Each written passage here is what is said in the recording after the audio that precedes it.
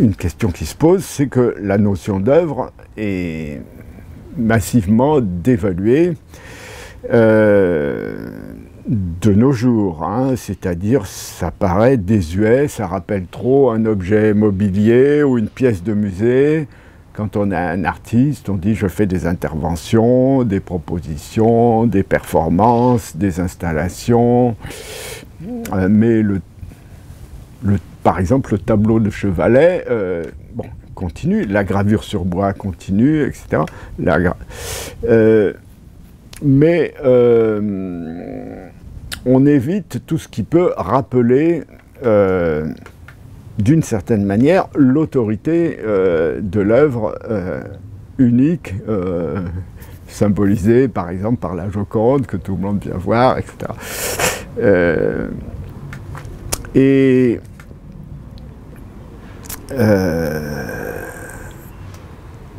Il y a beaucoup de voix pour diminuer ou problématiser jusqu'à la dissoudre la notion d'œuvre. Par exemple, l'œuvre inexistante. Le livre de Mallarmé, c'est la gloire de son auteur et ce livre n'a jamais été écrit.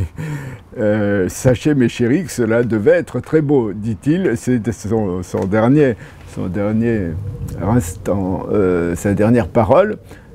Il y a un auteur célèbre qui est le personnage principal d'une nouvelle de Melville, Bartleby.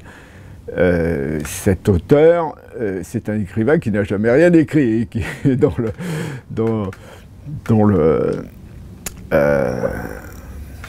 la phrase récurrente est je préfère ne pas. Et donc tous les philosophes, Deleuze, Agamben, enfin tous les philosophes contemporains ont fait de cet auteur imaginaire et sans œuvre une sorte de modèle. Il y a aussi une œuvre sans expression matérielle. Par exemple, je rappelle l'exposition Les Immatériaux au Centre Pompidou, il y a juste 30 ans. Il y a, à la Biennale de Venise, on voyait une œuvre de Pipi Lethierry, c'était des petits nuages de fumée qui s'échappaient du sol, etc. À l'œuvre immatérielle, on oppose, mais elle se complète par l'œuvre dégradée, c'est-à-dire c'est des affiches lacérées, différentes, des blocs de graisse, des déchets divers. J'ai fait une liste non close de dizaines de bévues de femmes de ménage qui ont balayé dans des musées des œuvres très précieuses. Bon. Du point de vue des auteurs, c'était aussi,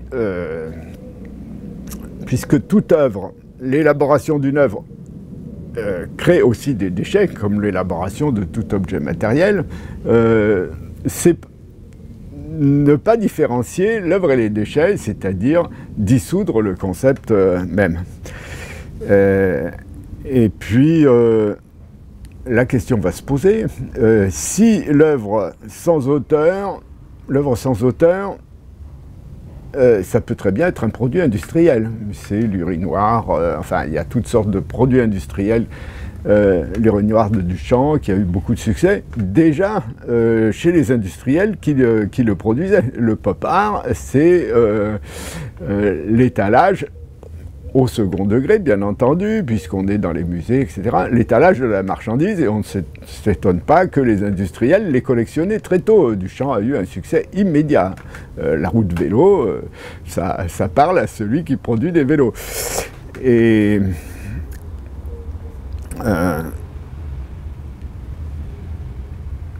encore une autre manière de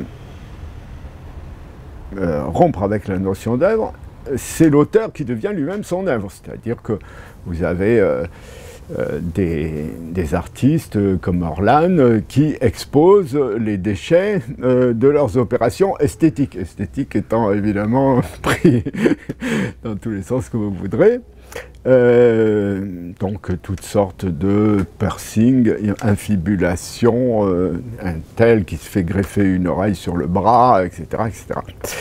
Et le résultat, c'est que, en fait, tout peut faire œuvre, ce qui était déjà le programme de Rimbaud, hein, les peintures idiotes, dessus de porte, toile de saltimbanque, enluminure populaire, littérature démodée, latin d'église, livre érotique sans orthographe.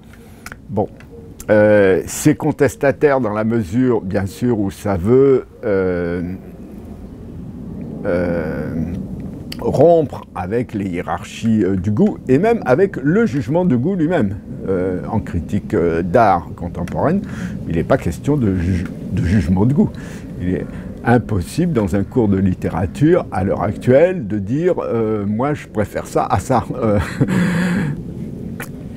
Et puis, puisque tout peut faire œuvre, nous sommes tous des créateurs, bien entendu. Hein, c'est le slogan de Sony, hein, Go Create. Et en effet, tout le monde peut créer, bien sûr. Simplement, la question va se poser, est-ce que... quelle est la différence entre une œuvre dont on se souvient et qui vous a marqué et la photo de ma peluche préférée sur ma page Facebook? Vous voyez, si tout fait œuvre, on peut arriver à l'insignifiance généralisée, ce qui est parfois le but.